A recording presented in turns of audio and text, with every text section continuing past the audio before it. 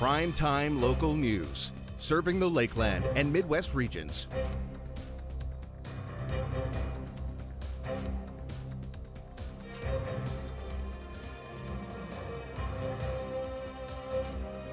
Turning to local news now, the Lloydminster effluent line, a part of the wastewater treatment facility, was discussed at City Council earlier this week. Now, the city approved a $6.4 million borrowing bylaw for the project. The effluent line was discussed by Council back in July, and no changes have been made since. The end goal is for the water in Lloydminster to be reusable and safe. That water has opportunities to be reused. From an environmental perspective, you won't very find that you get two uses of water. And this is where we'll pump it up from the river, use it domestically in potable water, and have it used again, potentially as industrial water for industry. Now, City Council is confident in the idea that the effluent line will be able to turn a profit for the border city. About this that was brought up during council meeting is this line will have the opportunity to generate revenue to the city, which will offset those payments on that line from that perspective. So the intention is it's not going to affect the taxpayer at the end of the day. Now, with this borrowing bylaw being approved, that places December 15th as the earliest date that the city can receive the money from the province of Alberta. And Shelby Clark is here for a look at weather, but first, Shelby, so nice to see that story about Bella. I know. Hey? I was just thinking that's adorable. I'm so happy to hear, because you know, even before seeing what we've covered on here at the station, you see a lot of TikToks and everything. Yeah. She's come up quite a bit on TikTok and all that, so it's nice to see. Miracle as well. Yes. So yeah, definitely a lot of people here in Saskatchewan and know her story. It's good to see some positivity and how long it's been waiting and everything. So that's amazing to see. I'm really happy to hear that. But we're now here for a look at weather, and it's kind of been same old today, hey? Not the sunniest of days. Yeah, it's bit of a gloomy week here in the border city, unfortunately. We've been seeing that kind of continue on as we go on through the week, as we kind of head into the weekend here. But we are hopefully going to be seeing those temperatures start to warm up as we head into the weekend as well. Is there some light at the end of the tunnel, Shelby? I'm hoping so. I'm hoping to bring some light at the end of the tunnel, Jace. That's for sure. Right now for us here on our Wednesday, so midweek, we are just sitting at 18. So we haven't seen it warm up quite a bit from what we have been seeing on Monday and Tuesday. That gloominess has been continuing on. We haven't been quite hitting that 20-degree mark just yet. We are just sitting at 18 here in the border city, and we haven't been seeing too much sunshine peeking behind those clouds. So I don't think a lot of people are too happy to see that. It's always nice to get a little bit more sunshine there, even though it is cooling down for the week. But hopefully we will be seeing that kind of as we head into the weekend here, and we should be. So we'll wait on it. Switching over to temperatures across the region for Alberta and Saskatchewan. On the Alberta side, most spots are sitting at those teen temperatures as well. Most are just around 17, 18 degrees. Then we have some that have slightly warmed up, like up in Cold Lake, now sitting at 22. So they now are just past that 20-degree mark. Then we go over to Edmonton. They are looking slightly cooler at 15. So Edmonton has been cooling down as we have been going throughout the week here.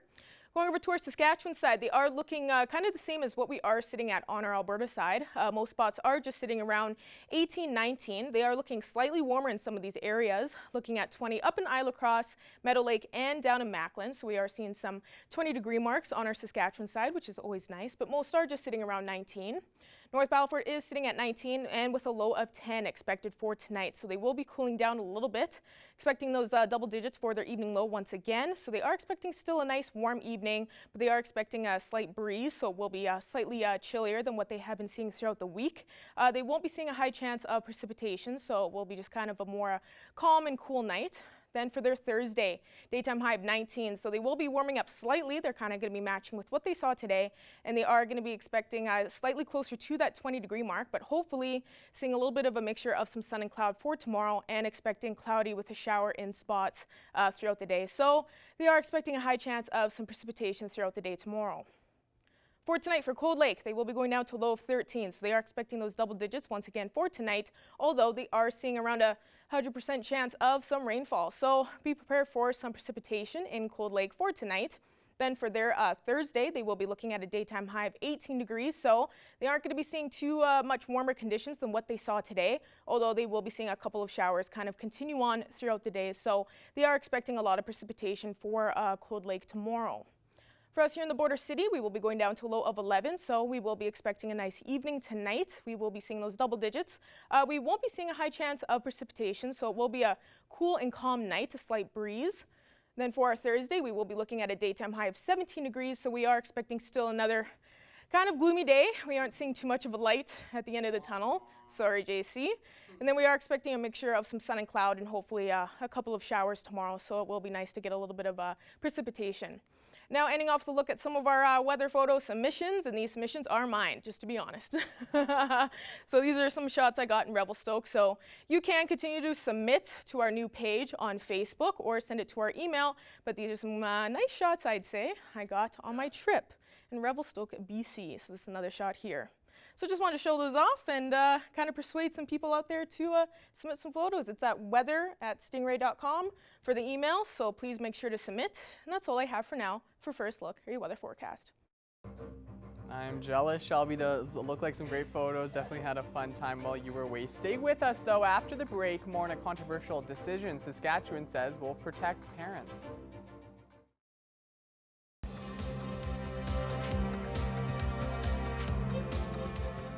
And turning to sports now, the Lakeland Rustlers men's soccer team's regular season is only a few weeks away. They're starting up here soon. Our Thomas Wildman has more. The Lakeland Rustlers men's soccer team were on the VLA soccer fields yesterday for a preseason practice, and the players are excited to be back on the pitch. Yeah, we're all super excited. We started on August 1st, and we've been out training, having games pretty much every day since. Everyone's super pumped. It's been a really good preseason so far, and yeah, we're excited for the season to start. Have some league games, see how we can start off, hopefully strong. The Rustlers hope to use their high speed and hard work to their fullest in each and every game this year. We're quick, we're strong. We use that. We use our mentality of we don't care who we're facing. We go out, do 100%. We never take any game lightly. We have the mentality of like we're dogs. We're gonna go out, we're going to fight for everything, fight for every ball, fight for the win, basically.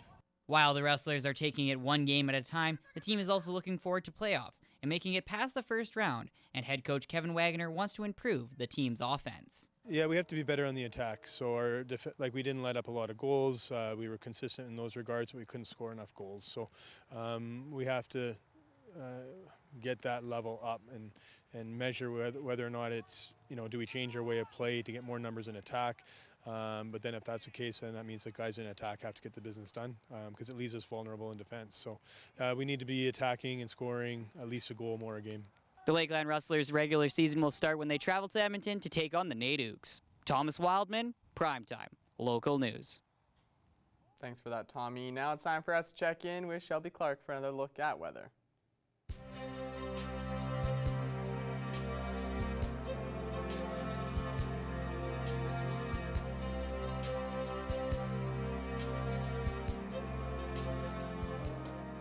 Thank you so much, Mr. Jace Mackey. Yes, now taking an extended look at your weather forecast. We'll be starting off with our central zone of the provinces. We haven't warmed up by too much that we have been seeing throughout the week. We are still sitting at those teen temperatures for the most part. Rocky Mountain House has definitely dropped the most, now just sitting at 9 degrees. So they are now just sitting at that single digit for their high. The rest are seeing those mid-teens, so that's still quite good. Most are just sitting around 15 degrees on our Alberta side. We have 16 and 17 up in Whitecourt and Athabasca, and then Jasper's looking quite cool as well, just at 12, so they're just past that 10-degree mark. Going over to our Saskatchewan side now, they are looking slightly warmer compared to what we are sitting at on our Alberta side now. They were matching with us a little bit more as we were going through our Monday and Tuesday, but now they are starting to pick it up. 20 degrees for North Battleford and Saskatoon. They are seeing the nicest conditions on our Saskatchewan side. Looking at 18 in both Melfort and Prince Albert, 19 in Meadow Lake, and then we have Cold Lake, probably seeing the nicest in the middle of both sides. They're at 21 degrees. Now going over to our northern zone, they have warmed up as well. They were cooling down quite a bit, matching with us. They were actually seeing not too bad of temperatures throughout the week. They were sitting at those 20s, getting close to those mid-20s. So they actually have cooled down slightly for today. 23 down in Lush and Buffalo Narrows as they are looking at the nicest conditions on this side. 16 over in Flin Flon, so they are looking at the coolest condition, and the rest start to slightly warm up from there. 21 in both Southland and Wollaston Lake, and we are just sitting at 20 in Stony Rapids and Uranium City. So we're still looking not too bad on our Saskatchewan side here. Going over to Alberta side here in our northern zone, they have been starting to cool down slowly and slowly as we've been going on through the week, kind of matching with us a little bit more in our central area. Now looking at 15 and 17 in most of these spots, so they are just sitting at those mid-teen temperatures now. 18 degrees in Fort McMurray, and then Fort Chipewyan and High Level seeing the nicest temperatures, with 20 in Fort Chipewyan and High Level is at 22, so they are still sitting just past that 20-degree mark. And going over to our southern zone, they started to flip the script now for today. They were cooling right down with us in our central and our northern zone, but now our southern zone is starting to get back into slowly in those scorchers, especially in Medicine Hat now just at 27, so they're just a few degrees off from that 30-degree mark. Lethbridge is at 25, so sitting at those mid-20s, so still a beautiful day in Lethbridge. 22 now in Calgary and Coronation, so they were sitting at those teen temperatures yesterday, but now they are just looking past that 20-degree mark. And over in Banff, they didn't get the memo clearly, matching with all these other spots. Banff is just sitting at 11, so looking quite cool in Banff, unfortunately, sorry. Going over to our Saskatchewan side, they have started to go back closer to those 30-degree marks again. They were looking quite cool throughout the week, but now they are seeing the nicest conditions as we have been looking through our central, northern, and southern zone. 28 degrees now in Estevan, so they are just even a couple degrees off from that 30-degree mark. Swift Current and Moose Jaw are just following suit there with 27. Looking at 25 and 26 in Regina and Kindersley, so they are seeing some scorchers there as well. And Yorkton is seeing slightly cooler, but they're still sitting past that 20-degree mark with 22 in Yorkton. So looking probably at the nicest and warmest conditions on this side in our southern zone, so that's nice. Hopefully we all can start to match up with that as we go on through the weekend. Looking at some overnight evening lows in our surrounding area on this list, we are expecting those double digits to continue on, of course, for our evening low temperatures. A low of 14 that Isla Cross will expect tonight, so they are expecting a warm temperature, although they are expecting more of a cloudy evening and some showers later on in the night. So be prepared for some precipitation there in Isla Cross. Meadow Lake and Bonnyville also will be seeing a high chance of some rainfall throughout the evening. They will be expecting that low of 12, so not too bad of a temperature. And Paradise Hill and Provost will be expecting a low of 10 to 11, so we are going to be seeing a nice evening for most of these spots in our surrounding area. Looking at our hourly forecast for our Thursday here in the border city, for tomorrow, we aren't going to be warming up by too much. We will be just sitting around 16, 17 for our daytime high. Unfortunately, we are expecting another gloomy day as we go on through the week. We are also expecting around a 70% chance of some showers in the morning, so be prepared, have your umbrellas ready, because once we pass that, we will be looking at some beautiful, beautiful days ahead. Friday starting off the weekend, 23, and looking at those mid-20s for Saturday and Sunday. Hopefully getting a lot more sun on all those days, and then be prepared, we will be looking at some scorchers as we head into next week. That's all I have for now. Our Jason Mackey will have our news coming up after the break.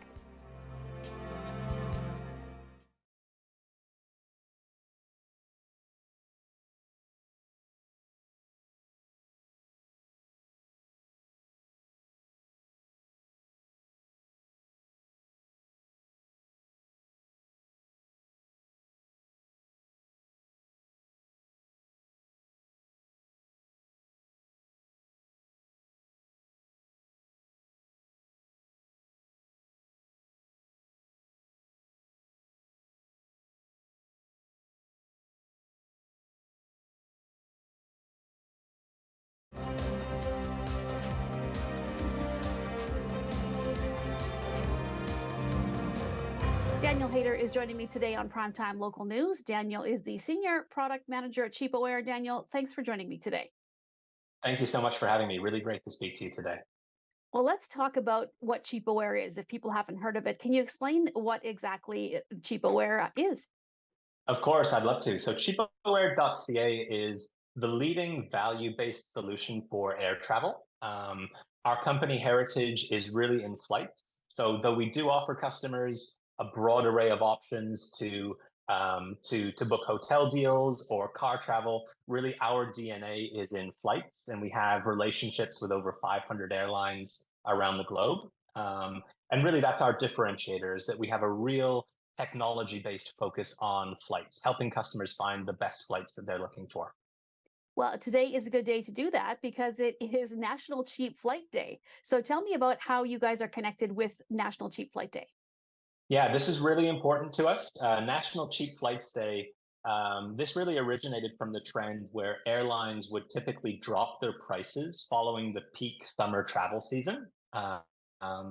Typically, this is sort of the time of year, unfortunately, also a sign that we're getting towards the end of the summer, but it's really a time of year when the summer travel rush is over. Airlines are looking to reel in travelers with new deals and new offers for the fall period or for the end of year holiday season also. At cheapaware.ca, our company mission has always been to help consumers, help travelers save on travel, save on the cost of flight and the cost of travel, so that they can spend more when they get to their destination, so that they can spend more during their vacation when they're away. So we kind of feel as though we're ambassadors for National Cheap Flights Day, given obviously the similarity with our name, CheapAware. And so we're happy to promote this and happy to raise awareness of this yearly holiday. So if people are going online today and looking for flights and they go to Cheapo Air, can you help us navigate through the system, whether you're looking for flights domestically or internationally? Is it just pretty much a basic website where they can go on and just enter their destinations, or is there a special setup for National Cheap Flights Day? Yep. So when you come onto the website, and again, it's cheapaware.ca, you can visit on your computer, on your iPads, even on your mobile phone. So we have a version of the website that's optimized for small screens on a mobile phone.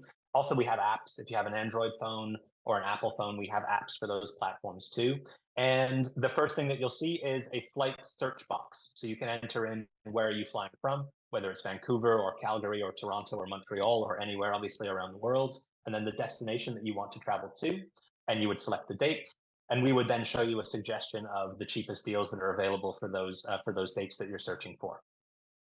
And are you locked in? Is it one of those things where because it's a special day, when you make your arrangements, you're locked into that? Or if something happens with your travel plans, can you change them? Or does that really depend on which airline you book with? So that depends on the airline that you book with, and it's a really important point, and it's actually one of the tips that we give to customers and to that we'd like to talk about a lot, is how customers can really be careful with that, because sometimes plans can change, and so you really need to look out for that on an individual flight basis. So when you're looking at the flight search results for the search that you've done, depending on the airline, depending on the route that you're flying on, depending on the dates, it'll be made clear to you whether you're allowed to make changes on that, or whether that would not be allowed with that type of ticket.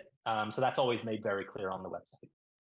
So if somebody goes to the cheapo air flight on a day that is not, a special day, what can they find normally? Is it a list of deals, and you can maybe, if you don't know your destination but are just looking for the best price, they have that, or how does it work just on a regular basis? Yeah, so obviously with Cheap Flights Day, we're doing a few extra things, but normally, again, you would go to the website. We do list deals. So on the homepage of the website, we list out special deals that we have available on that given day that you're visiting the website. And so you could browse through those. If you don't have a fixed idea of where you want to travel to, we will suggest destinations where we might have deals active at any one time.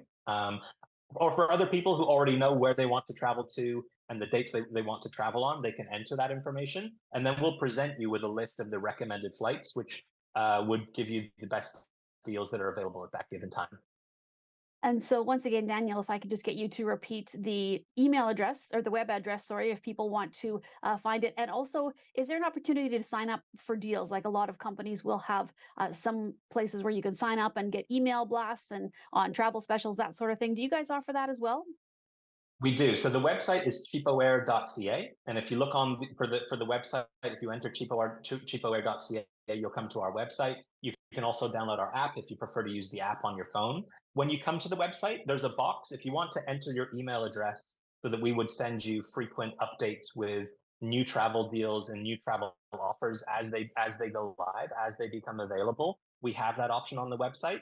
And really, we'd recommend doing that just as a great way to stay up to date with savings. Again, sort of right now is National Cheap Flights Day is today. We're observing prices that have really changed a lot now compared to earlier in the summer on domestic travel. When we're looking at travel today on Cheap Flights Day and really later into August, fares are already about 17% cheaper than they were during the peak travel period, which was in June and July for domestic travel. It's actually around 20% cheaper for international travel. So it's a really great time to be looking for travel deals. So you can look on the website yourself, or if you want to just leave your email address and receive updates by email, that's possible too. Another option is to follow Cheapo Air on social media. We have an account on Instagram, on Twitter. You'd be able to follow the deals there too. Awesome. Well, thank you so much, Daniel. Great information. And it seems like today's the day to start thinking about that vacation and get it booked. It is, absolutely. And I hope everybody's able to find the deal that they're looking for. Thank you very much, Stacey.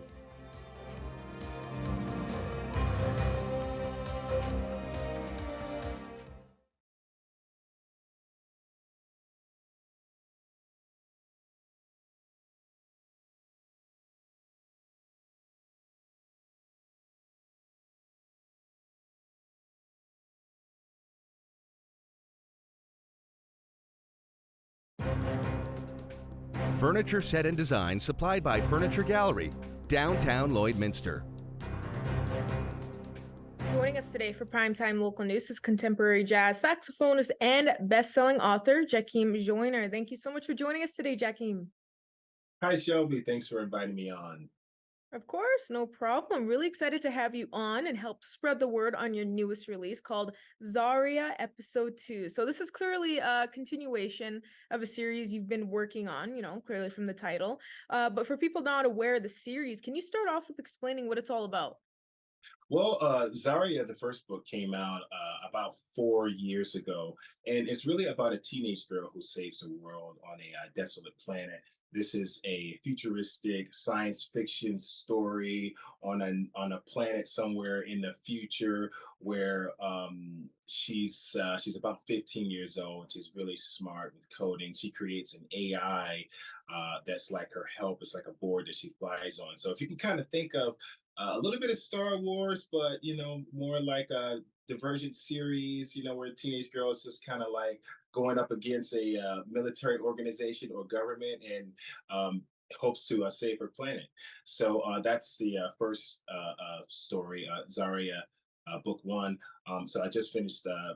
I'll be putting out Zarya episode 2, Sochi Unleashed, which continues the story with new characters, new world building, more experiences for her, more adventures for her, some unfinished business from the first story, and also the AI board that she created. The reason why I titled it Sochi Unleashed is because the AI board that she created starts to write its own code and become smart in its own kind of way. So this is kind of a good thing. Maybe it's a bad thing, but it helps her. I also wrote in some creatures on the planet that were not on the first book. So if you can imagine speeders and flying cars in the air and different things like that in the first book, well, I decided on the second one, hey, why don't you add some creatures in there and more stuff like that. So it's a really fun book. It's I would say for maybe young teenagers, young adults, but it's still got some serious stuff that's happening. So honestly, I kind of think all ages will enjoy it. And there's so many things to speak on with this series, especially with we all know how big Star Wars was and space fantasy is really big. So it sounds like you're wanting to relate to that, and also to that Divergence and Hunger Games era. That's really cool because, of course, that was very popular. So, what are you hoping readers will get out of this new book after reading it? Well, I decided to break the entire story up into series, although the first book is a full length novel. Episode 2 and episode 3 will be a bit shorter so that people can kind of consume it a bit quicker. But I will say that it's going to leave people wanting more, which is really what I wanted, because I really wrote this story to really immerse the reader on the environment of where she is, which is it's like a desert planet, and actually the planet is running out of oxygen. So, and then there's a really bad military leader who has his own bad deeds that he wants to do, but at the same time, there's skyscrapers that are clawing high into the sky, and there's this whole gigantic city that she has to conquer, so to speak, where she still has so much more to do. In the second series, I also wrote some other cities on the planet, other districts on the planet that are not in the first book. So people are going to enjoy that. I've also written in some elements that I call them power elements that are going to be in the various districts in the planet that help power the cities and do different things. And they can do other really amazing things or bad things. So the story can kind of continue on. I will give just a little bit of a teaser that she will become friends with this creature that's a really large creature that will actually save her life. And that's about as much as I give you. Well, it definitely sounds interesting with the plot and everything. Now, for people wanting to check this out, where can they find more info online and, of course, more info on yourself? Okay, so if you can spell my name, JackieMJoyner.com, JackieMJoyner.com. That's my website. It's got all of my music and all of my books are there. You can also follow me on Instagram at JackieMJoyner. And by the way, Zarya episode 2 was just released, so you can actually now go and get it on Kindle if you like to. Also, I would advise to purchase the first book that'll give you some better context. I did help write some of the history a little bit in episode 2s for those who might just want to start on episode 2. But it'll be a good idea to kind of go and read that first book too. You can get that as well. So definitely come and check me out.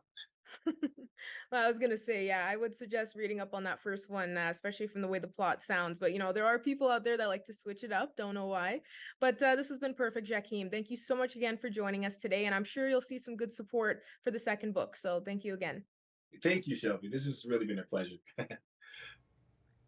And before we kind of head into a cute story here, an interesting it's a story. cute one. Yeah, just want to let everybody know that there is a severe thunderstorm watch right now in the area. So be on the lookout for that. Should be probably happening tonight. Yeah, it should be coming through. Hopefully we get some good lightning and Yeah. things stay safe. I like For a all nice the lightning storm lovers, they're going to love it. Yeah, it'll be coming through the area. But like you were saying, Shelby, you have a cute story coming up here. There was an extremely rare sighting at a Tennessee zoo, a baby giraffe like none other. Look at this cutie right there. That is amazing. Now, this calf was born a few weeks ago without the typical pattern of patches. Now, according to officials at the zoo in Tennessee, it's the only spotless giraffe in the world.